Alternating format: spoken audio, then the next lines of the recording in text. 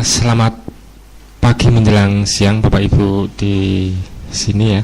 Terima kasih atas kesempatannya dan kehadirannya dalam pertemuan untuk live streaming ya, program pelatihan jarak jauh yang diadakan oleh Pusat Kebijakan dan Manajemen Kesehatan Fakultas Kedokteran Universitas Gadjah Mada Yogyakarta. Pada kesempatan kali ini kita mengadakan live streaming yang kedua dan yang pertama untuk program pelatihan. Dan memang kemarin kita tawarkan di Universitas UNSI di Solo dengan narasumber Pak Prof. Bisma sendiri. Dan mungkin Bapak Ibu yang di luar kota Solo, Surakarta bisa mendengarkan lewat live streaming, dan apabila yang belum bisa mendengarkan bisa live streaming ini disimpan ya, bisa diklik di www.manajemenpembiayaankesehatan.net.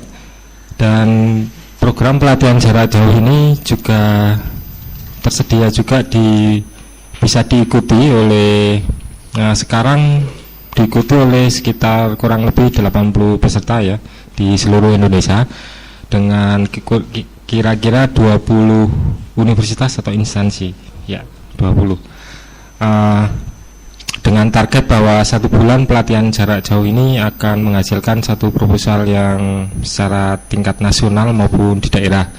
Dan proposal itu nantinya akan dikirim ke kami sebenarnya untuk awal 3 bulan penelitian awal dari tahun 2014 akan kita danai sebagai dana stimulus untuk yang terpilih ya. Maksudnya penelitian yang terpilih menurut kita ya di pengelola pelatihan jarak jauh. Mungkin nanti Prof. Bisma juga menilai. Oke, jadi di sini terima kasih atas kehadirannya di program pelatihan jarak jauh ini, dan fokus untuk live streaming kali ini adalah pembahasan pada bab 1 di proposal yang sudah kami buat bersama-sama. Mas Irfan bisa ditampilkan online ya? Enggak bisa nih. Oh ya, jadi di bab 1 ini kita lihat bahwa di situ ada pendahuluan latar belakang. Bab 1 adalah pendahuluan latar belakang tujuan penelitian dan manfaat penelitian. Di beberapa diskusi yang sudah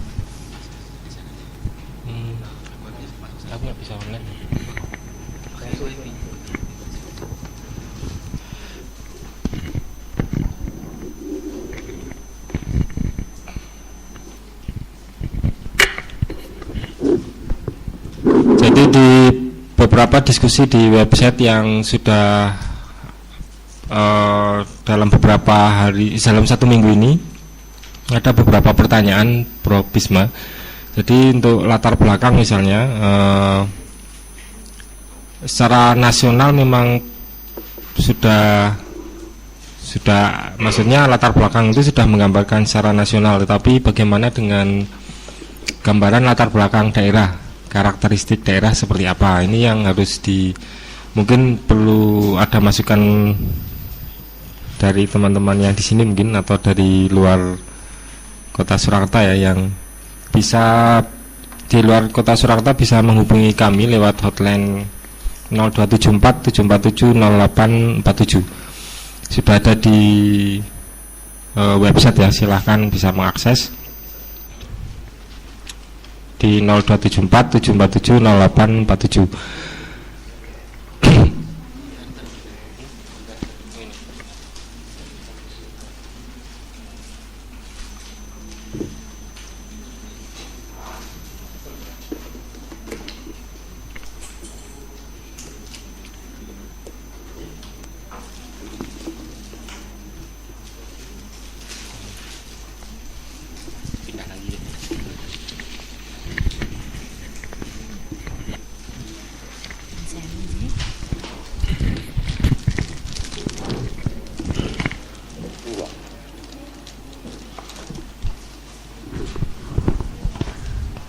Oke, saya tuliskan. Jadi Di bab 1 ini kalau kita lihat kembali di websitenya www.manajemen-pembiayaan-kesehatan.net, di sebelah sini ada pelatihan jarak jauh. Kalau diklik akan muncul pertama kali adalah seperti ini.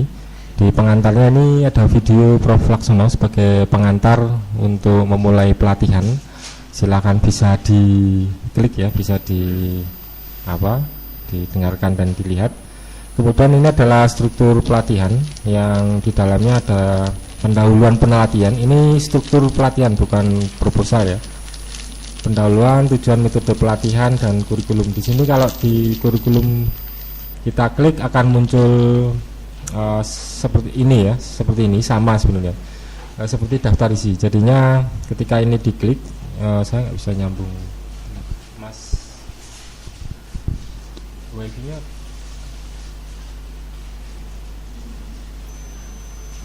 jadi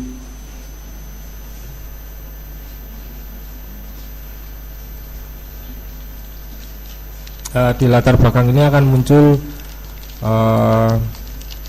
proposal yang sudah kita susun dari beberapa waktu yang lalu ya. Sebenarnya ini proposal sudah lama dalam beberapa bulan, dan untuk akhir bulan ini adalah bulan terakhir untuk penyusunan proposal ya. Diharapkan minggu ini sudah ada bab 1 sudah selesai dan final ya, dan sudah ada teman-teman di daerah maupun di universitas yang akan menyusun proposal Monef JKN ini sudah mengerti maksud dan tujuan di proposal. Jadinya bab 1 sudah selesai untuk minggu pertama ini, dan diharapkan dalam 1 bulan ini sudah ada sampai bab 3 dan instrumen penelitian. Dan pada penelitian awal ini akan muncul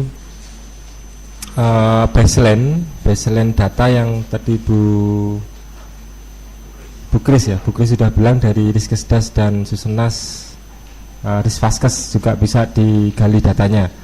Di sini bisa jadi baseline data untuk Monef awal 3 bulan pertama, dan hasil penelitian ini akan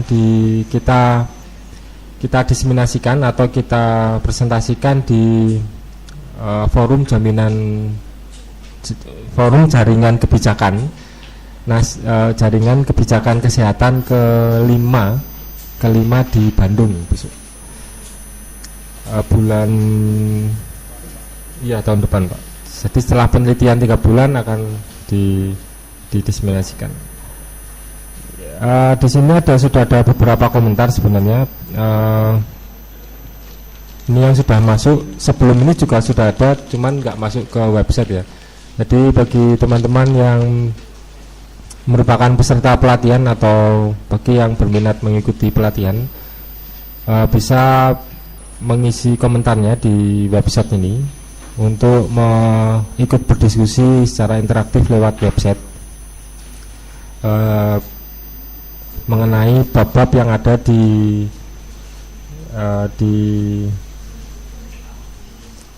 main list ya, di website ya. Jadinya ini seperti komentarnya Bu Tri ya, dari mahasiswa universitas di Malaysia ya. Beliau Putri ya, namanya Putri siapa ya, saya lupa. Jadinya di sini contohnya misalnya dalam latar belakang secara umum seperti apa misalnya, dari bahan proposal yang sudah dikirimkan misalnya, terus dan ini kebingungannya kan secara nasional kemudian daerah seperti apa.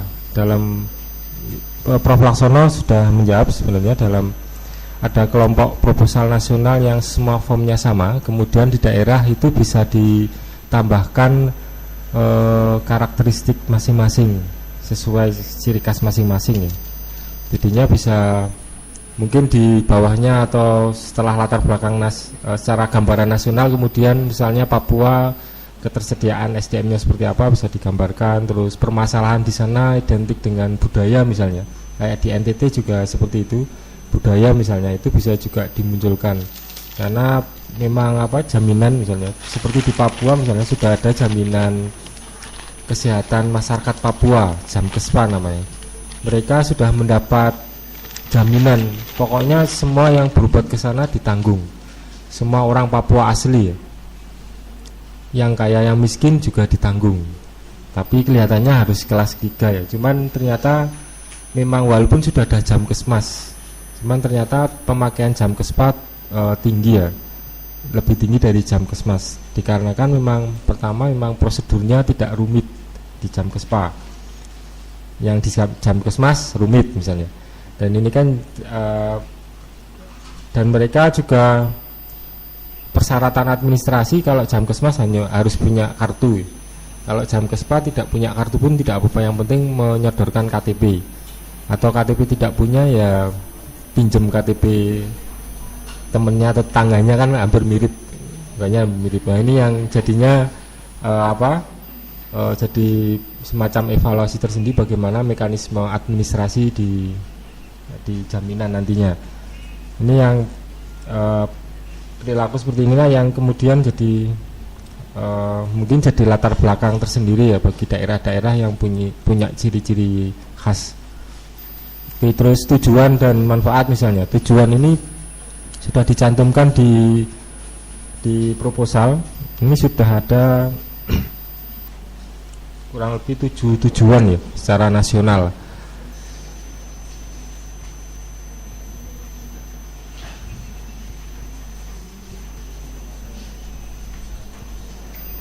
Ya, ini tujuan di proposal ya, sudah ada tujuan secara nasional ya. Dari supply-nya kita melihat monitoring fasilitas kesehatannya, kemudian pelaksanaannya, lembaganya, kemudian supply-nya seperti apa, terus pelayanan kesehatan yang dibutuhkan masyarakat seperti apa,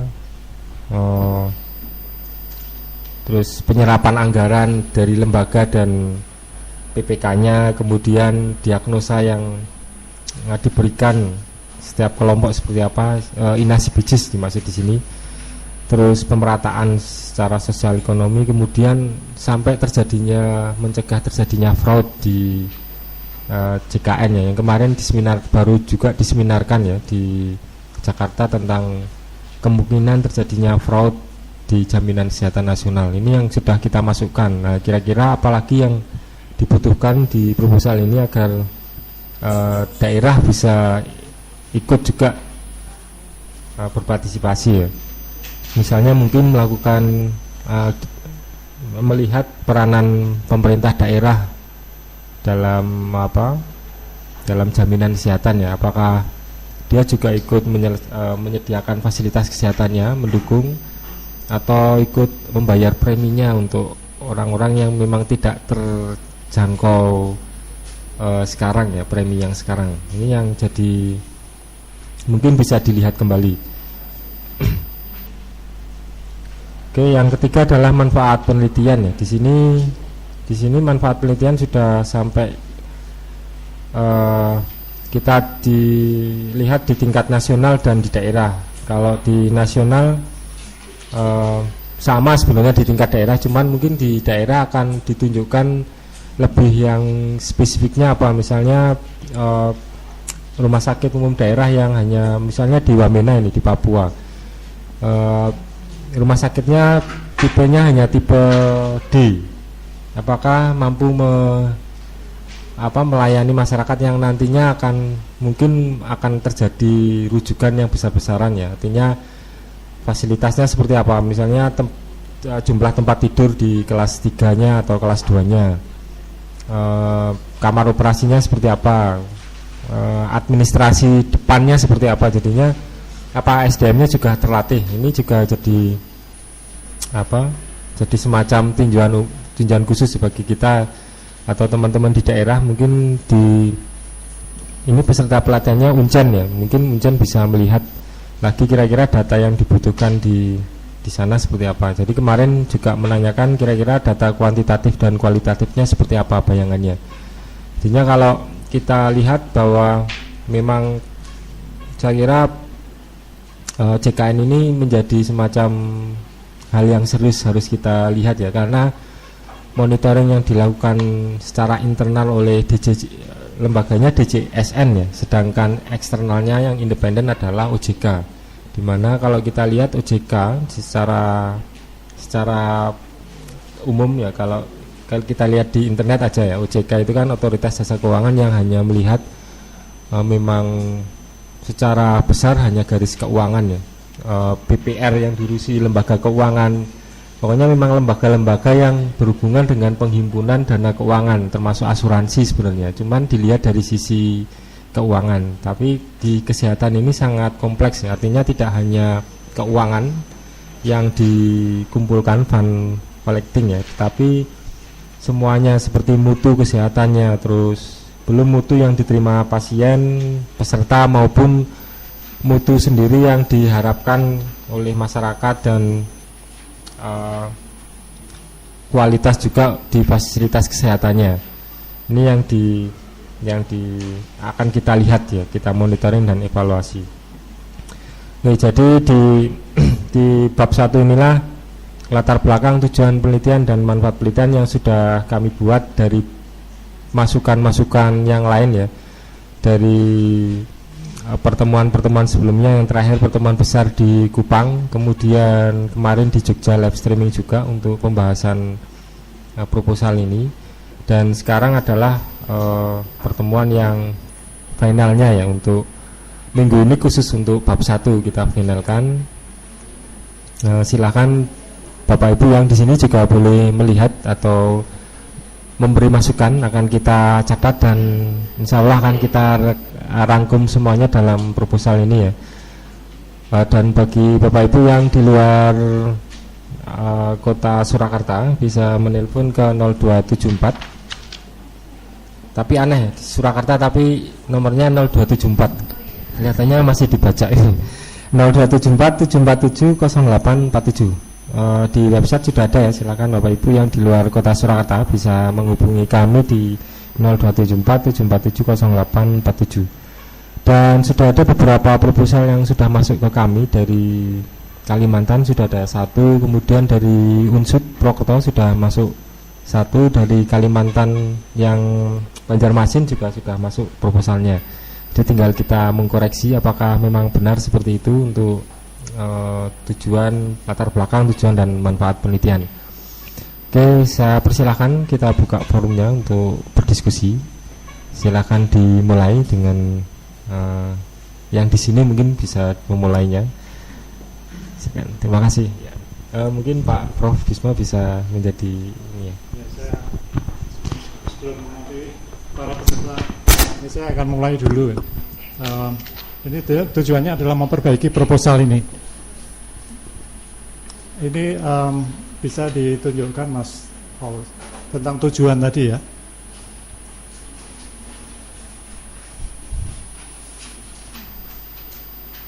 Ini saya sarankan di tujuan penelitian ya Mas Fauzi. Ya. Tujuannya adalah melakukan monitoring dan evaluasi ya. Jadi tujuan adalah untuk melakukan monitoring dan evaluasi. Nah ini, jadi konsisten dengan konsep kerangka kerja tadi, itu pada input, proses dan outputnya. Kalau di sini kan hanya kelihatan dampaknya. Dia tidak sesuai dengan nomor 1, 2 itu monitoring kesiapan. Itu kan bukan dampak. Jadi perlu disebutkan tiga-tiganya ini. Jadi input, kemudian proses sama output. Output ini kalau jangka panjangnya kita sebut sebagai dampaknya. Jadi di kalimat itu saya sarankan untuk disebutkan dengan eksplisit. Yang kita mau lihat ada 3 level ini, level input, level proses dan outputnya. Nah kemudian yang bersifat umum tadi kita breakdown dalam tujuan khusus. Jadi tujuan khususnya itu berarti harus mencakup 3 level tadi. Umpamanya di sini sudah disebutkan monitoring kesiapan fasilitas kesehatan, itu kan merujuk pada inputnya, pada sistem kesehatannya. Nah yang nomor 2, monitoring terhadap pelaksanaan, itu kan pada prosesnya tadi, pelaksanaannya pada prosesnya. Kemudian melakukan monitoring terhadap pemberi pelayanan kesehatan, aspek supply dan pengguna. Ya. Ini juga bisa inputnya, apakah tenaga dokternya jumlahnya tersedia apa tidak, peralatannya tersedia apa enggak, kan itu terhadap pemberi pelayanan kesehatan atau supply-nya. Nomor 4, monitoring terhadap jenis pelayanan kesehatan apa yang dibutuhkan oleh masyarakat. Nah ini itu kan responsiveness itu sebenarnya merujuk ke nomor 4 ini. Yang diinginkan oleh masyarakat, kebutuhan masyarakat yang diinginkan itu sebenarnya yang kita sebut sebagai responsiveness. Dona Bedian itu sudah berapa puluh tahun yang lampau itu kan mengemukakan bahwa kualitas itu kan seperti sekeping mata uang, ada dua sisi. Sisi pertama adalah apakah pelayanan kesehatannya itu memenuhi standar pelayanan kesehatan yang diberikan itu memenuhi standar medik apa enggak. Tapi apakah yang lain, yang sisi lain adalah apakah memenuhi harapan dari pengguna, memenuhi nilai-nilai yang diharapkan dari pengguna itu berarti mengarah pada aspek daya tanggap atau responsiveness. Dan itu juga sudah dimasukkan di dalam nomor 4 ya, apa yang dibutuhkan oleh masyarakat dan sejauh mana ini.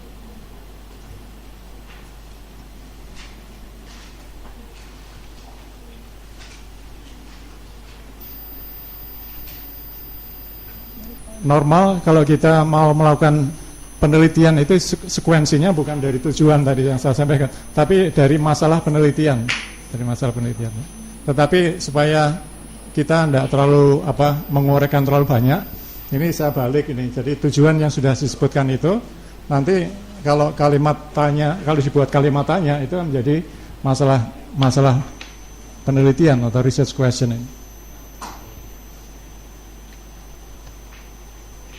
Umpamanya nomor 1 itu nanti kalimat tanyanya kan seperti ini, apakah fasilitas kesehatan seperti puskesmas, rumah sakit, pemerintah dan swasta itu sudah siap untuk menjalankan atau melaksanakan program BPJS kesehatan itu kan research question itu kan sesungguhnya lebih dulu daripada tujuannya itu. Ya, jadi ini dalam rangka untuk mempercepat, saya tidak mulai dari research question, tetapi dari tujuannya. Kemudian nomor 5 itu melakukan monitoring terhadap penyerapan anggaran BPJS.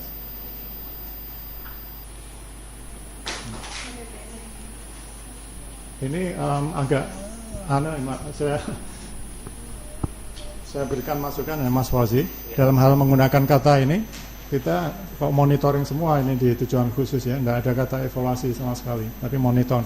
Padahal tujuannya adalah monitoring dan evaluasi. Ya. Kalau monitoring itu kan lebih pada prosesnya, kalau evaluasi pada hasilnya. Hasil itu tidak harus hasil akhir ya, tapi pada pertengahan periode atau apa, itu sudah bisa kita evaluasi hasilnya.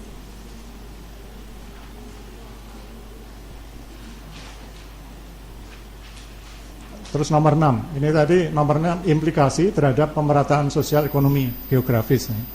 Ini tadi mengarah pada outputnya maupun mengarah pada prosesnya.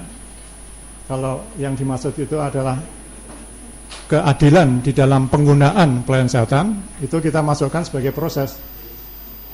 Apakah yang menggunakan itu justru yang lebih banyak yang mampu, yang menggunakan dialisis semuanya itu apakah lebih banyak yang mampu dan tinggal di kota-kota besar seperti Jogja atau Jakarta dibandingkan yang kurang mampu. Ini keadilan penggunaan pelayanan kesehatan. Itu kita masukkan sebagai proses. Tetapi kalau keadilan dalam arti pemerataan sosial ekonomi dan geografis ini ya apakah kalau dimasukkan dengan dalam arti pemerataan atau kesetaraan dari kesehatan pada berbagai populasi menurut tingkat sosial ekonomi, maka itu kita masukkan sebagai tujuan output ini, kesetaraan kesehatan dan keadilan kesehatan. Ini mesti saya tambahkan. Kesetaraan itu kalau kita merujuk pada perbedaan karena usia gitu ya. Tapi kalau begini, kalau kita bandingkan rata-rata tingkat kesehatan dari populasi yang miskin dibandingkan yang kurang yang kaya. Nah, ini kalau ada ketimpangan di sana kita sebut sebagai ketidakadilan kesehatan. Ini sebenarnya kan pemerataan sosial ekonomi dalam hal apanya sosial ekonomi. Kalau maksudnya kesehatan itu berarti merujuk pada ketidakadilan kesehatan. Harusnya kesehatan kan tidak hanya atau kondisi sehat kan tidak hanya untuk orang-orang yang kaya saja atau yang berkecukupan ya. Yang miskin kan juga. Nah ini ketika itu terjadi, yang miskin lebih buruk daripada yang kaya, maka kita katakan sebagai ketidakadilan kesehatan. Atau bahasa Inggrisnya health inequity.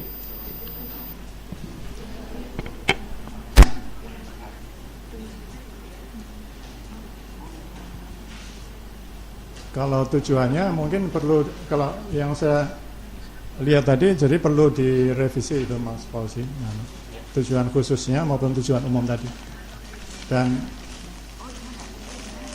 perlu dimunculkan ini mana yang dievaluasi, mana yang dimonitor.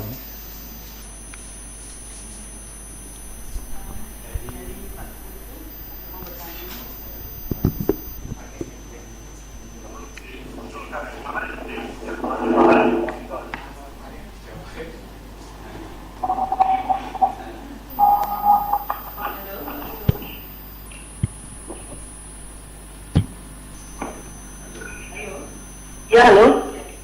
Pak Putu, ini saya sambungkan dengan Pak Bisma ya. Ya, terima kasih.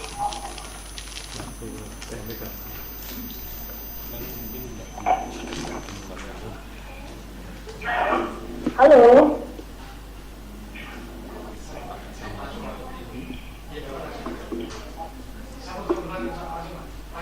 Halo.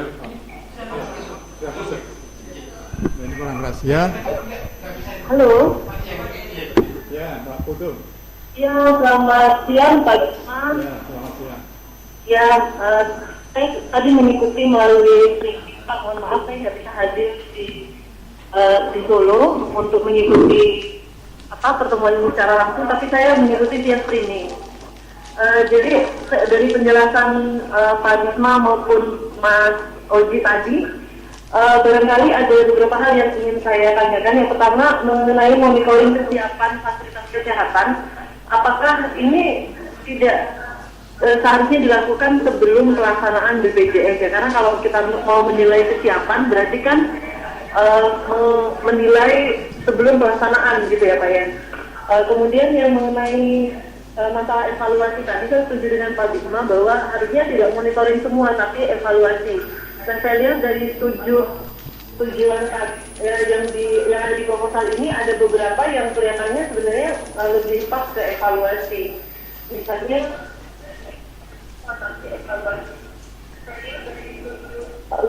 evaluasi penyerapan anggaran BPJS. Kemudian di sini juga belum ada evaluasi mengenai mutu pelayanan. Nah, mohon penjelasan dari Pak Bisma maupun Mas Oji dan mungkin teman-teman yang lain. Terima kasih. Ya, terima kasih Mbak Putu. Setuju sekali ya. Kalau framework saya yang saya sampaikan itu kan di dalam intermediate goals-nya adalah pelayanan kesehatan yang berkualitas. Jadi itu harusnya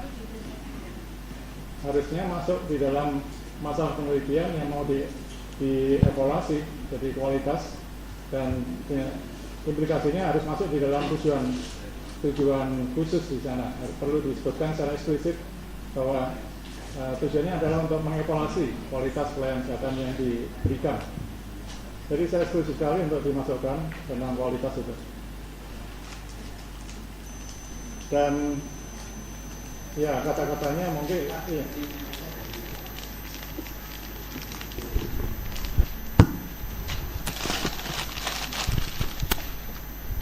Dan kalimatnya yang lebih tepat saya kira dengan kata-kata mengevaluasi kualitas pelayanan kesehatan.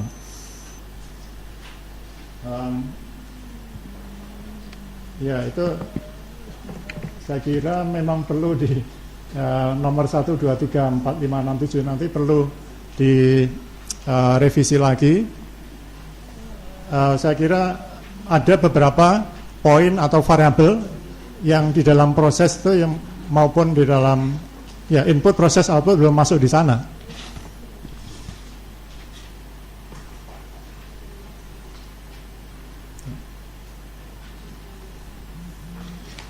Ini saya kira tujuan khusus penting ya, bisa kalau pendapat saya pribadi itu bisa dirumuskan dalam kalimat yang lebih banyak dari 7 ini. Itu tidak keuntungannya kalau dirumuskan lebih banyak itu nanti akan memudahkan daerah-daerah yang ingin meneliti dengan topik-topik yang lebih khusus itu. Jadi ngambilnya dari tujuan khusus tersebut. Jadi tidak masalah misalnya lebih dari 7 katakanlah 15 ya. Tetapi 15 itu kan breakdown. 15 itu nanti akan kita bisa ringkas menjadi katakanlah 5 poin. Kalau kita menggunakan kualitas ya.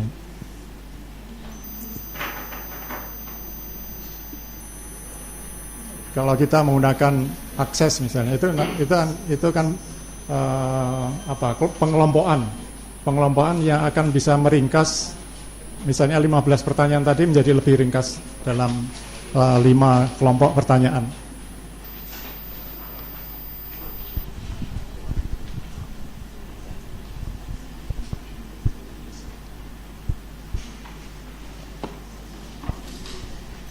Bagaimana Mas Fauzi? Ya. Setuju ya. Jadi yang saya usulkan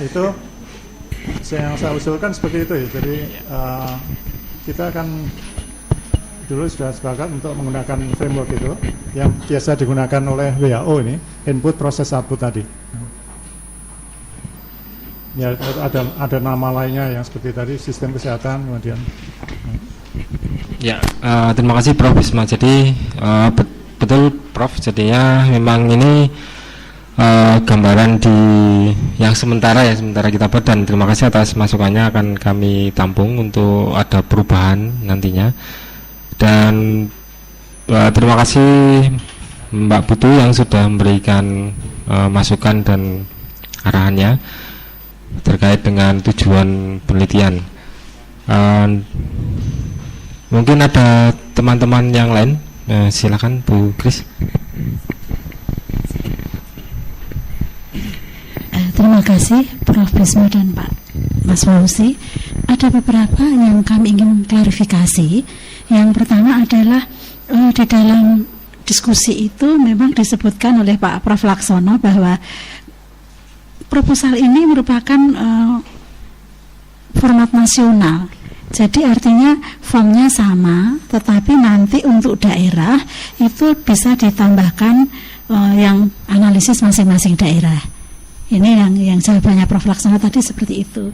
Mohon klarifikasi apakah seberapa jauh sebenarnya kita bisa memotret, karena kalau masalah tadi kesetaraan, kemudian kesiapan dengan data-data misalkan Riskesdas, Risvaskes, Susenas, itu kita bisa memotret nasional, bahkan daerah bisa gitu. Kemudian kalau daerah memang kita harus kembangkan mungkin studi kasus atau apa seperti daerah. Saya setuju pendekatannya bisa kuantitatif, kualitatif, deskriptif, analitik, segala macam bisa kita pakai.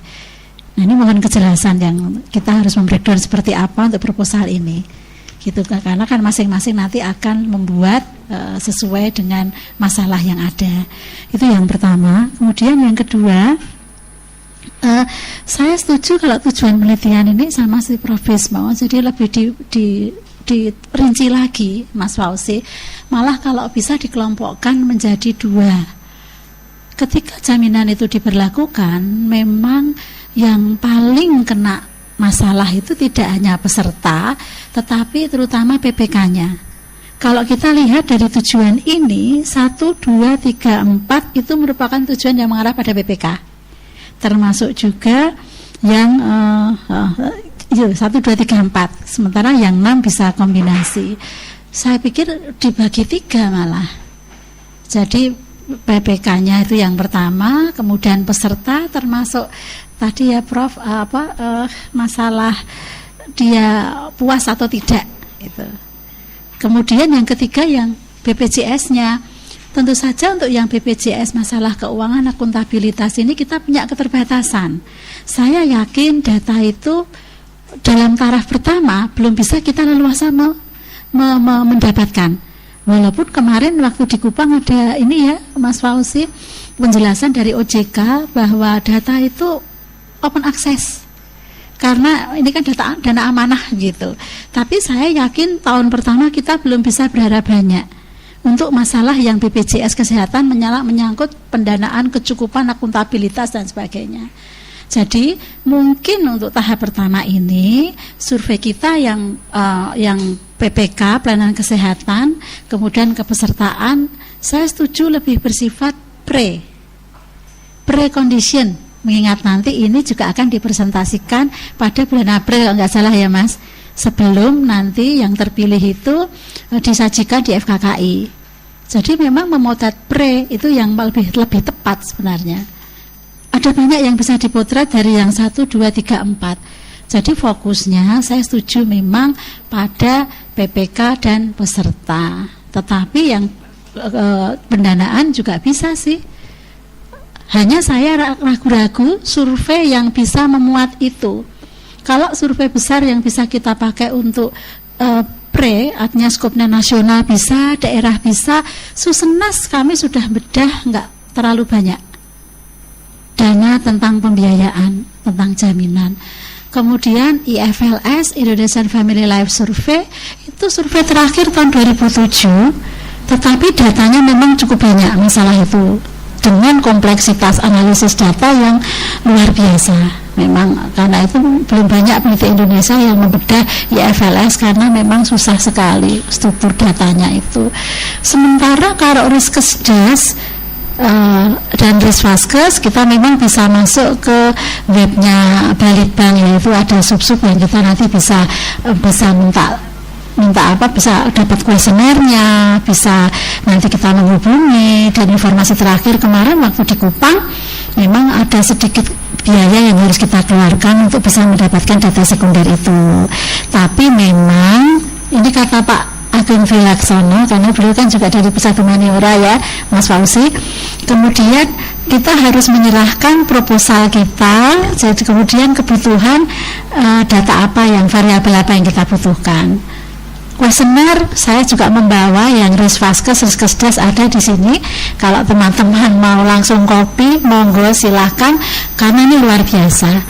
Kalau Susenas memang terdiri dari 2 biasanya, yaitu core dan modul.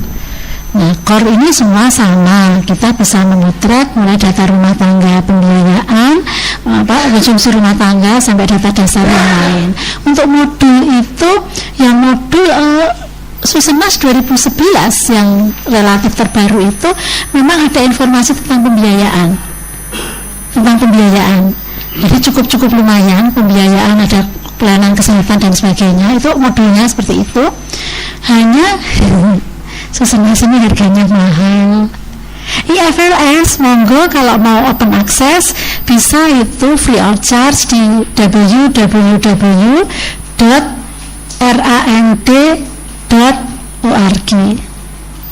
Karena itu survei yang dikembangkan www.rand.org. Monggo silahkan masuk ke situ, bisa kita download datanya sepuas kita. Itu surveinya ada di 13 provinsi. Sementara kalau Susenas itu semua provinsi. Hanya kalau IFLS 13 provinsi ini memang datanya longitudinal, itu hebatnya, dengan rekontak rate lebih dari 90%. Itu, tapi ini memang susah sekali menganalisisnya. Struktur datanya memang yang terbiasa mengolah Susenas akan mengalami kesulitan yang luar biasa. Susenas strukturnya lebih sederhana, cakupannya nasional, semua provinsi ada, sehingga kita bisa memilih masing-masing provinsi. Equity juga bisa kita putar dari situ, tapi yaitu variabelnya tentang ini agak terbatas. Tetapi untuk variabel kesakitan memang yang ada beberapa. Yang paling lengkap adalah IFLS. Itu luar biasa. Bahkan variabel yang kesehatan itu luar biasa. Hanya yang terakhir tahun 2007. Nah sekarang katanya akan dilakukan hanya khusus IBT, sekarang baru dalam proses.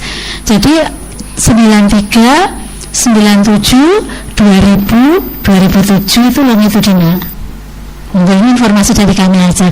Karena untuk tujuan-tujuan itu saya setuju Prof, kita tadi juga sudah diskusi ya, kita bisa memotret dari situ peta sekarang bagaimana, kemudian setelah 1 tahun, 2 tahun utilisasinya meningkat atau enggak, disparitasnya kemana, itu kita bisa potret dengan data yang luar biasa itu. Saya kira itu dari saya, terima kasih.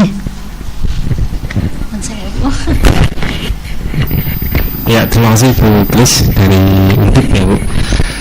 Oke, mungkin Prof. Ismada tanggapannya. Ya, terima kasih Bu Kris. Jadi Bu Kris memunculkan poin bahwa sumber data itu tidak harus merupakan data primer yang dikumpulkan oleh masing-masing center yang mengusulkan proposal, tapi juga bisa memanfaatkan data sekunder yang sudah dikumpulkan oleh lembaga-lembaga penelitian, termasuk itu oleh BPS, kemudian oleh Kementerian Kesehatan maupun RAND Corporation yang menghasilkan Indonesian Life Family Survey tadi. Yang sejauh saya tahu, kelebihan dari Indonesian Life Family Survey itu adalah menggunakan kohort. Jadi orangnya atau kelompok kohortnya itu sama, tapi diikuti terus. Nah, jadi bukan orang yang berbeda yang diteliti, bukan seperti kalau cross-seksional kita melakukan penelitian nanti mengukur lagi dengan variabel yang sama tapi pada orang atau keluarga yang mungkin yang berbeda. Tapi tidak yang Indonesian Family Life Survey ini. Itu mereka kalau tidak salah itu menggunakan kohort yang sama. Jadi keuntungannya itu nanti bisa dianalisis dengan lebih akurat ini. Ya, untuk kesehatan. Ya. Hanya kemudian mohon maaf yang setelah saya lihat itu informasi FLS saja. Informasi IFLS itu karena memang datanya luar biasa, rich data betul untuk variabel kesehatan. Jadi kita bisa memotret sebenarnya masalah kesehatan di masyarakat sebelum dan nanti setelah itu bagaimana, apakah ada penurunan masalah atau enggak gitu. Nah ini bisa kita potret dari situ. Hanya masalahnya tadi yang dipotret selama 4 kurun waktu itu setelah kami telusuri 6.000 kepala keluarga dari sekitar 10.000 atau 12.000-an. Karena kemudian itu rumah tangga ayah, ibu, kemudian split putranya setelah 10 tahun kemudian ada yang menikah dan sebagainya, ditelusuri. Bahkan kemudian kalau dia pindah itu juga ditelusuri. Jadi melihat konsep seperti ini tergantung kebutuhan kita. Kalau yang itu akan kita telusuri menjadi kohort bisa, tetapi cross-sectional pun bisa. Karena khawatirnya untuk kondisi tertentu pada saat kita butuh potret yang sesungguhnya, tadi yang 6.000 tadi kan sudah usia lanjut, sudah tidak mencerminkan kondisi yang sebenarnya gitu. Karena itu kemudian oleh IFLS split, jadi anaknya sebenarnya diikuti, kemudian berkembang menjadi sekitar 12.000 gitu. Ini yang IFLS gitu. Jadi bisa monggo kita mau melihat longitudinal juga boleh, cross sectional juga rich data yang jelas luar biasa. Kalau ingin ada lihat kuesionernya dulu, saya ada kuesionernya. Jadi saya sekarang mempunyai kuesioner IFLS, Susenas, Riskedas, Risvaskes. Ada 4. Itu dulu kuesionernya dulu yang perlu dipersani. Untuk kemudian aksesnya kan kalau tadi FLS masuk ke webnya RAND Corporation, kemudian kalau Riskesdas, Risvaskes masuk ke Litbang, kemudian kalau Susenas masuk ke BPS. Hanya Susenas itu mahal. Satu paket yang terakhir komplit Prof untuk yang data Susenas 2011 itu mungkin sekitar 60 juta beberapa itu. Saya hanya membeli beberapa variabel saja 3,5 juta. Padahal ini maaf ya, saya pernah protes ini, tanya ke BPS Jawa Tengah karena untuk pengeluaran data ini kita harus menghubungi BPS pusat. kontak personnya saya juga punya, dan saya pernah tanya ya, karena mereka alasannya PNBP, penerimaan bukan pajak, sehingga harus dikembalikan lagi, Prof. Jadi harus dikembalikan lagi setiap pendapatan itu ke sana. Mereka alasannya PNBP. Saya sudah sempat protes ke BPS Jawa Tengah. Saya kira itu tama dari kami. Terima kasih. Ya, terima kasih Bu Pris.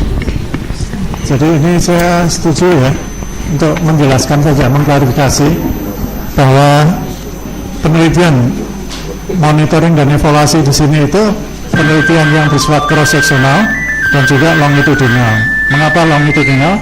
Karena tujuannya kita melihat dampak. Nah, kalau dampak tentu saja kita harus bandingkan ini keadaan sebelum dan keadaan sesudah, before dan after ini. Atau dalam metodologi penelitian kita sebut sebagai eksperimen kuasi tanpa pembanding, ini sebelum dan sesudah. Mengapa tanpa pembanding? Karena semuanya akan dapat program ini BPJS. Tidak bisa kita mencari pembanding yang tidak BPJS Kesehatan Anda. Jadi hanya sebelum dan sesudah. Nah, ini penelitian seperti kita golongkan sebagai longitudinal karena kita membandingkan dan sebelum. Tetapi kita juga melakukan penelitian yang menggunakan data panel atau data cross-sectional sesaat ini. Yang antara lain tetap bisa jadi data cross-sectional itu juga bisa digunakan untuk mengevaluasi ketimbangan ini. Ketika kita menggunakan data pada saat yang sama, kita bandingkan antara Jawa dan luar Jawa, nah, maka nanti kita bisa melihat apakah ada ketimpangan apa tidak. Nah, kalau kembali ke tadi penelitian payung yang nasional yang harus dilakukan di berbagai daerah yang sama, itu mungkin kiranya kita bisa gunakan itu untuk melihat unit analisisnya pada level kabupaten, kota, atau level provinsi. Level provinsi, kalau mungkin level provinsi, di sini kita nanti bisa membandingkan ini antara berbagai provinsi itu dalam hal penggunaan pelayanan kesehatannya itu dihubungkan dengan ketersediaan fasilitas pelayanan kesehatan. Kemudian nanti kita juga bisa menggunakan data pada level provinsi. Umpamanya data kita bisa gampangnya seperti ini, ada provinsi yang kaya, ada provinsi yang lebih miskin atau yang menengah gitu ya. Nah, ini pada level provinsi kita mau lihat atau kita mau evaluasi tingkat kesehatan dari keluarga-keluarga atau rumah tangga itu dihubungkan dengan tingkat pendapatan atau sosial ekonomi dari keluarga tersebut. Ya, harusnya ada kesamaan, atau dengan kata lain tidak ada hubungan antara tingkat kesehatan dengan tingkat sosial ekonomi. Kalau ada hubungan, umpamanya hubungannya itu yang kaya itu umumnya lebih bagus tingkat kesehatannya, tapi orang-orang yang lebih miskin itu lebih tingkat kesehatannya lebih rendah gitu. Itu berarti kan ada hubungan. Itu kita bisa lakukan penelitian itu untuk menjawab yang akut, dan itu bisa kita hubungkan dengan tadi yang saya sampaikan, penelitian pada level provinsi kaya dan miskin itu ada interaksi, Mbak. Saya juga memberikan pelajaran di dalam S2 IKM itu tentang efek modification atau interaksi. Maksudnya seperti ini, apakah ketika ada ketimpangan kesehatan antara kaya dan miskin itu diperburuk atau menjadi lebih buruk ketika provinsinya itu miskin, misalnya. Itu berarti sedangkan hubungan tersebut menjadi lemah ketika provinsinya kaya. Ini contoh bahwa kita bisa menganalisisnya dengan yang kita sebut di dalam epidemiologi sebagai modifikasi efek, pengubahan efek. Jadi hubungan antara tingkat sosial ekonomi dengan status kesehatan pada masing-masing individu atau keluarga itu apakah diubah oleh tingkat kekayaan dari provinsi-provinsi itu. Itu nanti gunanya adalah untuk memberikan warning. Memang misalnya begini, kalau provinsinya kaya, tetapi kok hubungan itu kok malah tambah kuat, hubungan yang terbalik ini maksudnya, yang status kesehatannya itu kalau yang miskin itu status kesehatannya kok lebih buruk ya. Ini kok menjadi lebih buruk ketika provinsinya kaya, umpamanya Kaltim itu. Nah ini kan bisa memberikan masukan bagi pengambil keputusan di sana untuk memperbaiki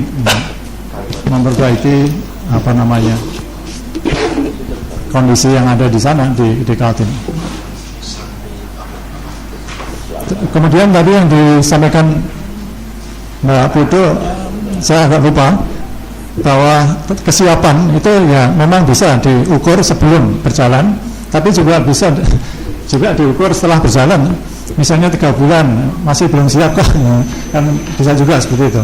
Jadi 3 bulan kalau umumnya kita belum sempat untuk melakukan penelitian tentang kesiapan, kita juga masih bisa melakukan kesiapan dari infrastruktur itu atau pelayanan kesehatan itu ketika sudah berlangsung 3 bulan ya, bisa saja. Bisa. Oh ternyata setelah 3 bulan juga belum siap, ya bisa saja seperti itu.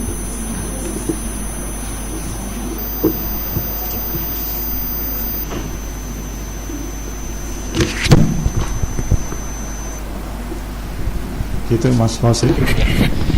Terima kasih Prof. Jadi saya setuju, jadi untuk tujuan penelitian ini akan kita rubah ya dengan tujuan khusus dan yang akan mengidentifikasi input, proses dan output secara lebih detail. Kemudian terkait data-data saya kira betul bagus, jadinya memang sayangnya memang yang bisa diakses free ini data IFRS ya, yang benar-benar free, dan sayangnya memang kesulitan kita adalah karena kita tidak familiar dengan menggunakan data-data IFRS. Cuman di PMK sendiri sebenarnya sudah pernah diajarkan untuk menggunakan data IFRS dengan mengundang teman-teman dari Survey Metal, dan saya kira di pertemuan Kupang sudah ikut bergabung ya Pak, teman-teman Survey Metal untuk ikut join di pengembangan proposal yang CKN ini, dan mereka diharapkan juga memberikan input nanti mungkin pas pembahasan instrumen Prof akan kita undang agar apa yang dalam instrumen itu bisa dimasukkan juga di dapat masukan dari teman-teman Survey Metal juga. Mereka ingin apa yang kan mereka akan mengadakan survei ini tahun 2014 atau 2015 ya, jadinya mereka masih membutuhkan masukan juga, apakah juga ada yang ingin dititipkan di yang mau mereka survei ini untuk melanjutkan IFRS untuk tahun mendatang. Jadinya memang ini kesempatan juga bagi kita untuk lebih dekat dengan teman-teman Survey Metal agar IFRS yang sudah ada ini bisa kita manfaatkan untuk penelitian yang akan datang. Dan lain kali akan kita undang untuk pembahasan lebih lanjut di instrumen penelitian. Oke, jadi saya kira tujuan penelitian sudah dapat benang merahnya ya, artinya akan kita finalkan, dan saya kira teman-teman yang mengikuti live streaming di sini maupun di luar Surakarta akan lebih banyak mengerti ya nanti bagaimana membuat tujuan penelitian berhubungan dengan pertanyaan penelitian yang akan kita tulis di proposal nantinya. Oke, yang menginjak yang terakhir ini Prof, saya kira sudah jam 12, dan yang terakhir mungkin manfaat penelitian ini Prof, yang saya kira juga mungkin ada masukan untuk kedepannya atau yang lebih bagus ya mengenai manfaat penelitian ya.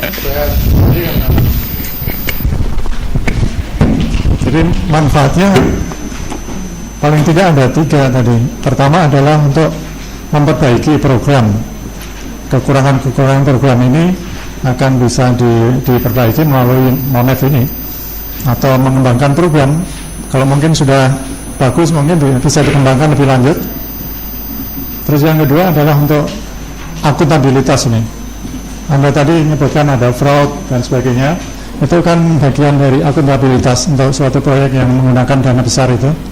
Jadi itu manfaatnya bisa memberikan masukan pada pembuat kebijakan tentang apakah ini prosesnya itu berlangsung dengan dan transparan apa tidak sesuai dengan yang diinginkan. Dan yang terakhir tentu saja berguna untuk pembelajaran itu sendiri, karena semua lembaga penelitian dan pendidikan di sini bekerja sama dan sekaligus bisa berbagi keterampilan dalam melakukan penelitian, melakukan monitoring dan evaluasi. Kan kita juga harus bisa mendapatkan manfaat sendiri di samping programnya. Nah, ini tadi yang belum dikasih kesempatan barangkali melihat ada manfaat yang bisa diberikan atau bisa dihasilkan dari kegiatan Monef ini.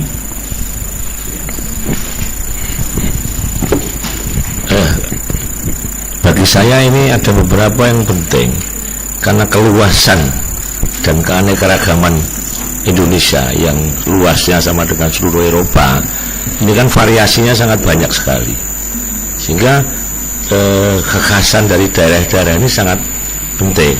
Karena dulu zaman Orde Baru selalu semua seragam, maka sekarang ini tidak boleh selalu seragam. Setiap daerah atau bahkan Indonesia Timur, Tengah, Barat pun akan berbeda. Itu yang perlu diperhatikan. Kemudian juga tentang risiko daerah kecil, terpencil, tertinggal, dan daerah perbatasan. Ya. Terutama perbatasan ini kaitannya dengan NKRI. Jadi kalau kita ini dalam menyelenggarakan suatu pelayanan kesehatan lewat jaminan sosial ini, kita tidak transparan, tidak akuntabel, maka saya khawatir penduduk Indonesia yang di seberang dekat Malaysia, dekat Sarawak, kemudian dekat Papua, ini dengan sangat mudah membandingkan dengan sistem pelayanan kesehatan di negara lain tadi, sehingga akan muncul ini yang pilar keempat tentang NKRI ini bisa berbahaya. Makanya proposal yang kita ajukan ini sungguh-sungguh sangat harus kalau bisa makin banyak proposal sebenarnya makin baik, tapi tidak tahu nanti apakah proposal yang banyak itu juga membebani biaya apa tidak, saya tidak tahu. Itu saya kira itu jadi salah satu yang penting itu. Jadi Pak Fauzi kata. Terima kasih Prof atas masukannya. Jadi memang di daerah ini memang kenapa proposal ini kita juga menginspirasi teman-teman universitas yang punya, saya pikir kalau 34 provinsi sekarang udah naik dari 33 ke 34 34 provinsi dengan 500 sekitar lebih hampir 500 lebih ya untuk kabupaten kota, ini akan terjadi variasi yang sangat ini ya. Wah, saya nggak bisa membayangkan kalau misalnya ya, dari satu provinsi ke ngambil 2 atau 3 kabupaten, ini juga sangat bervariasi. Misalnya di Jawa Tengah aja misalnya Undip, UNS dengan Unsud ya, kemarin sudah kita bangun jaringannya. Jadi punya daerah penelitian yang berbeda. Misalnya di daerah pesisir ini akan di Undip ya, Undip. UNS di daerah yang pegunungan, terus yang di daerah dataran kayak di Purwokerto dan lain sebagainya ini juga berbeda, dan berbeda budaya Pak yang jelas. Di Jawa Tengah aja budayanya kok sana ngapak sini mukul sana jadinya sangat berbeda. Temuannya saya kira sangat berbeda. Kemarin juga sudah membandingkan antara yang di Undip sama yang di Unsud Bu. Jadinya kelihatan sekali jaminannya sudah berbeda. Apalagi nanti kalau penelitiannya lebih mendalam ya, artinya belum pelayanan kesehatannya ini juga sangat berbeda. Belum lagi di Papua Pak, di perbatasan itu. Jadinya memang saya yang beberapa kali memang di Papua dan sampai Wamena pun dari fasilitas kesehatan pun masih jauh sekali. Artinya memang perlu kerjasama dengan pemerintah daerah tentunya, yang sekarang mereka punya kewenangan sendiri. Jadi pemerintah pusat seakan-akan sudah tidak bisa mengkontrol pemerintah daerah, yang karena memang kebijakannya memang semua kewenangan dilimpahkan ke pemerintah daerah dengan undang-undang otonomi daerah ya. Dan ini yang membuat seharusnya memang pemerintah daerah lebih banyak berperan dalam penyediaan fasilitas kesehatan. Tetapi karena apa daya memang dana yang mereka punyai untuk pembangunan memang sangat terbatas dan sekarang masih tergantung oleh pemerintah pusat atas pembagian pajak dan lain sebagainya. Kecuali memang daerah-daerah provinsi yang punya kekayaan tersendiri ya. Sebenarnya Jogja itu tidak kaya secara finansial, tetapi mungkin karena budaya dan lain sebagainya menjadi daya tarik tersendiri, akhirnya memunculkan devisa yang bisa mengcover semuanya ya. Ini sangat berbeda dengan mungkin Jawa Tengah ya. Daerahnya juga lebih luas, tetapi dengan universitas yang besar-besar ini juga masih ternyata misalnya angka kematian ibu dan anak masih tinggi ya. Karena memang daerahnya tidak kaya sekali, tidak miskin, jadinya memang sangat kompleks ya. Dan saya kira memang untuk manfaat penelitian ini nantinya akan memang dirasakan oleh teman-teman di daerah, hasilnya akan lebih banyak dimanfaatkan oleh teman-teman daerah dan masyarakat tentunya yang di daerah, karena dengan kultur dan homogenitas yang sangat bermacam-macam, bervariasi. Oke, saya kira mungkin ada yang lain yang silakan Pak. Dari keberagaman ini juga akan muncul kesadaran tentang promosi preventif dan kuratif. Ada daerah yang sangat tidak peduli pada promotif dan prevensi. Orang di Solo aja masih muncul orang ke dokter tuh tidak sakit kok ke dokter gitu. Jadi itu saja masih ada. Makanya tadi kan ditekankan mencakup promotif, preventif, kuratif dan rehabilitatif. Itu saja sudah berbeda-bedanya. Cara pikirnya itu. Ini mohon ini juga menjadi pertimbangan agar apalagi daya tanggapnya masih berbeda. Tadi kalau diikuti daya tanggap variabel budaya tadi yang disebutkan Pak Wazi, ada variabel budaya yang sangat kental. Tuh. Ini yang perlu juga diperhatikan. Iya, itu. Terima kasih. Matur nuwun, Prof. Saya kira masih ada yang komentar untuk teman-teman di sini, dari teman-teman peserta di sini ya. Bukas lagi ya Allah. Ya, tadi saya kan mengusulkan tujuan itu termasuk juga untuk kepesertaan, Mas Lucy. Ini masalah sosialisasi parah banget. Saya juga akhirnya pribadi membantu sosialisasi BPJS kesehatan di lingkungan sekitar Semarang, nulis dan sebagainya. Jadi memang sosialisasi yang seperti apa modelnya, karena kan ada pengelompokan peserta, penerima bantuan iuran yang dulu namanya Jankesmas, kemudian juga non-PBI. Non-PBI masih diklasifikasi, itu tentang kepesertaan. Kemudian tadi kan, kalau yang non-PBI kan kemudian harus bayar premi yang terakhir sudah ditentukan. Jadi saya juga sudah punya makalahnya yang terakhir untuk yang kelas 1, kelas 2, kelas 3 itu berapa per orang per bulan sudah ditentukan. Ini hasil baru 1 bulan terakhir mungkin hasil itu. Nah, masalahnya yang non-PBI ini kan harus bayar premi. Sakit sedikit menjadi miskin.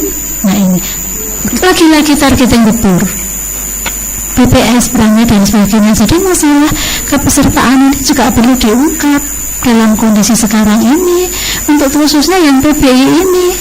Jankesmas itu kan masih menyisakan banyak PR, padahal Jankesmas nanti dimasukkan di dalam BPJS Kesehatan sebagai penerima bantuan iuran. Jadi ini banyak yang bisa dipotret Mas dengan berbagai kawasan daerah.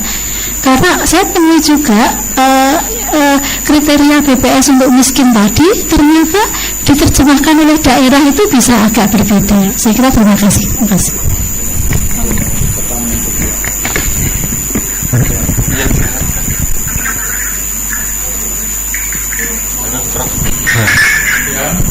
Halo.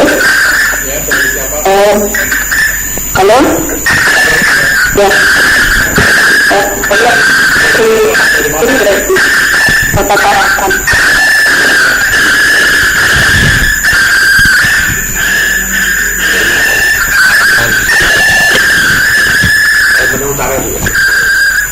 Halo. Ya, halo. Oh iya, ini sudah masuk. Ya, silakan Mbak. Iya. Mungkin tadi untuk memberi masukan saja, mungkin tadi sebetulnya sudah banyak dibahas tentang tujuan.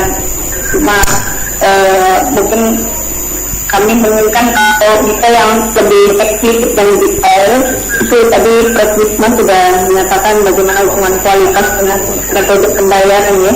Ya. Tapi kita juga mungkin hubungan kualitas pelayanan di samping dengan metode juga dengan bentuk lembaganya. Karena ini kalau puskesmas yang belum BLID, mungkin kan hasil dari kapitasinya tidak bisa langsung masuk ke provider, tapi biasanya disetorkan ke kas daerah. Jadi terutama bentuk-bentuk lembaga puskesmas BLID atau tidak, kemudian juga saya rasa rumah sakit swasta, publik, private itu pasti akan berpengaruh dengan kekuatan provider yang ada di dalamnya. Mungkin itu salah satu masukan saja untuk lebih aspirasi dari daerah, terutama dari puskesmas, karena memang ya seperti kita tahu selama ini kapitasi masuk ke kas daerah, mungkin seperti yang saya pernah sampaikan sebelumnya. Mungkin itu saja dari kami. Terima kasih. Ya, terima kasih masukan dari peserta dari Tarakan. Saya kira itu juga perlu diteliti dan nanti pada saatnya nanti penelitiannya bersifat kualitatif ini tentang dampak dari metode pembayaran kepada provider. Dalam contoh ini adalah puskesmas yang mula-mula maksudnya kapitasi, tapi dalam praktik berubah tidak kapitasi lagi karena dananya masuk ke kas daerah. Nah, ini kita hubungkan dengan bagaimana kualitas penyediaan pelayanan kesehatan di fasilitas tersebut dan juga kepuasan dari provider ini. Ini saya kira karena kualitas pelayanan kesehatan tergantung dari kepuasan dari providernya sendiri, dan kepuasan dari provider itu tergantung dari cara membayarnya, cara membayar provider itu juga, dan juga besaran yang diperoleh untuk membayar provider tersebut. Dan di dalam latar belakang akan disebutkan tentang besaran itu. Terima kasih dari masukan dari Tarakan. Dan saya kira yang terakhir Mas Fauzi, untuk proposal ini sebaiknya di akhir dari latar belakang itu seperti lazimnya kalau proposal penelitian itu diakhiri dengan rumusan masalah-masalah penelitian ini. Dan masalah penelitian bagi saya sangat penting ini sebelum kita masuk ke tujuannya itu. Karena itulah yang mau dijawab secara sistematis melalui penelitian, monitoring dan evaluasi ini. Tujuannya penelitian kan untuk menjawab secara sistematis atas pertanyaan atau masalah penelitian tersebut. Jadi yang saya lihat sepertinya apa saya salah lihat belum ada. Jadi nanti perlu sudah teman nanti saya juga bisa memberikan kontribusi untuk merumuskan masalah penelitian maupun memperbaiki tujuan tadi. Nanti saya kirimkan ke Mas Fauzi. Ya, terima kasih. Baik, terima kasih. Assalamualaikum warahmatullahi wabarakatuh. Mungkin sedikit pengalaman, saya termasuk salah satu yang sering dilakukan Monef untuk pelayanan asuransi. Dalam hal ini PT Askes zaman dulu. Karena saya 20 tahun di puskesmas, 5 tahun di dinas kesehatan. Kemudian pada satu sisi juga saya ingin menyampaikan aspirasi dari teman-teman dokter sebagai pemberi layanan. Ya terus terang saja, idealnya memang mau digiring ada aspek pemerataan pendapatan, terutama antara dokter umum, di antara sesama dokter umum, kemudian dengan dokter spesialis. Tapi yang terjadi selama ini, pelayanan dengan PT Askes yang sangat ekstrim di era otonomi daerah ini, semua sumber daya diserahkan ke Pemda, sehingga obat yang harus dimonitoring tadi input adalah jenis dan jumlahnya. Sangat beda sekali antara sebelum dan setelah. Sampai secara ekstrim saya pernah mengalami ketersediaan obat di arah dulu itu sangat banyak melimpah, sekarang tidak ada sama sekali. Sehingga ada diktum obat impres bisa dipergunakan untuk obat askes. Demikian juga segitiga sasaran evaluasi ini harus menjadi prioritas peserta, Bapel, dan terakhir BPJS, kemudian pemberi layanan. Pemberi layanan pada saat zaman dulu menjelang perubahan sekarang, katakanlah PT Askes, banyak dikecewakan di kalangan para dokter. Bahkan ekstrimnya saya sendiri 7 tahun terakhir tidak pernah menerima jasa layanan, ya, itu karena diberikan ke Pemda. Kemudian sekarang pun di antara teman-teman dokter, baik itu yang di layanan primer itu mempertanyakan seperti apakah akan terjadi seperti itu. Jadi tolong dipertajam seberapa jauh tingkat kepuasan, tingkat ketersediaan. Pada satu sisi dokter pun juga sudah menerima nikmatnya out of pocket. Belum ada kerelaan untuk masuk ke sistem yang sekarang, sehingga perlu dipertanyakan di satu wilayah itu berapa persen, apakah sudah semuanya layanan kesehatan swasta ikut di dalam pelayanan itu. Jadi itu sebagai pengalaman. Jadi yang 3 aspek hal yang harus dikaji adalah peserta, mulai dari tingkat kepesertaan, kemudian tingkat keterjangkauan, kemudian sampai ke kualitas layanan. Kemudian yang berikutnya dari segi pemberi layanan, terutama para dokter, baik yang di institusinya tadi yang disampaikan oleh Prof. Bisma, misalnya di rumah sakit ataupun juga dari layanan praktek swastanya. Kemudian seberapa jauh tingkat akuntabilitas dari Bapel. Kita punya pengalaman tragis tahun 2004, beberapa miliar uang diserahkan ke Bapel tingkat kabupaten, 2 tahun habis tidak ada pertanggungjawaban. Itu pengalaman tragis yang pada waktu dirjennya Prof. Azrul Azwar. Terima kasih. Wassalamualaikum warahmatullahi wabarakatuh. Terima kasih Prof. Jadi ini sebagai tambahan masukan untuk memperkaya latar belakang dan permasalahan. Saya kira memang beberapa hal seperti peserta cakupan dan lain sebagainya itu ada di beberapa, nanti akan dipertajam lagi di subpenelitian yang sudah kita buat ya di sini, termasuk dari Tarakan bilang dana kapitasi dan yang masuk ke puskesmas yang kemudian dimanfaatkan oleh akhirnya disetorkan ke kas daerah ya. Ini yang jadi problem sekarang, sehingga kemudian di situ nanti di subpenelitian ini juga kami pertanyakan sebenarnya apakah peran pemerintah daerah dalam misalnya dalam kapitasi ini juga mempertanyakan dalam regulasi. Jadinya ini terkait regulasi pemerintah daerah yang memang mengharuskan dana itu satu pintu, harus masuk ke kas daerah, kemudian dikeluarkan, disetor lagi ke kas daerah, akhirnya jasa medis kepotong-potong, akhirnya yang sampai ke dokter yang pemberi pelayanan memang sangat di luar perkiraan ya. Oke, jadi saya kira terima kasih atas masukan-masukan pada hari ini dan kita akan susun ulang untuk perombakannya, dan nanti minggu depan kita akan fokus memulai melihat kembali proposal di bab 2 telah pustaka, landasan teori dan kerangka konsep yang sudah kita kembangkan. Bagi peserta pelatihan jarak jauh mungkin bisa mulai merevisi proposalnya dari bab 1 atau mungkin bisa dikirimkan ke kita sebelum bab pembahasan bab 2 dimulai ya Senin besok. Dan insya Allah lanjutan serial live streaming akan dilakukan di UGM mungkin ya hari Rabu oleh Prof. Bisma juga, karena menyangkut landasan teori dan kerangka konsep yang kemarin ditawarkan Prof. Bisma ya di Jogja, atau nanti mungkin atau ada yang menawarkan mungkin nanti kita lihat minggu depan Prof. Jadi untuk live streaming selanjutnya. Saya kira pertemuan ini saya cukupkan siang ini karena sudah mendekati lebih siang lagi, dan saya kira terima kasih atas masukan-masukannya, dan finalisasi bab 1 sudah di tangan, artinya sudah kita dapatkan ya inti sari dari bab 1 dan tinggal kita memperbaikinya, dan bagi peserta bisa berdiskusi lebih lanjut di website www.manajemen-pembiayaan-kesehatan.net. Dan bagi peserta yang di sini saya mengucapkan banyak terima kasih atas partisipasinya dan kehadirannya. Semoga pertemuan ini bermanfaat bagi kita semua dan bagi masyarakat Indonesia secara umumnya. Terima kasih Prof. Bisma yang sudah menjadi narasumber, dan terima kasih ke Prof.